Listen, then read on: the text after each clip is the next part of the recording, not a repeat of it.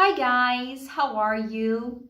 My name is Gab and today I'm here to talk about an amazing product that I like really much called ProDentim. So if you don't know ProDentim or if you want to know more about this product, just stay with me until the end of this video that I'll tell you everything you need to know about it.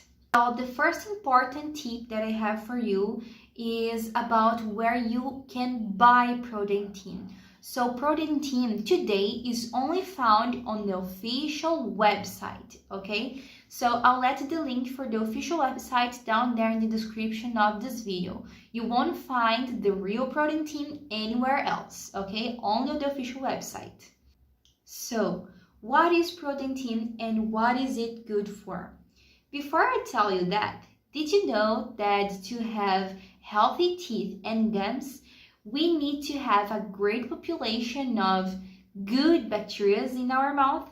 That's it. We also have good bacteria. They are not always bad. But the products that we use every day, like toothpaste and mouthwash, they end up destroying these good bacteria in our mouth because of some toxic ingredients. ProDentim will help to replace these good bacteria, that's it, and it will help to keep our teeth and gums healthier.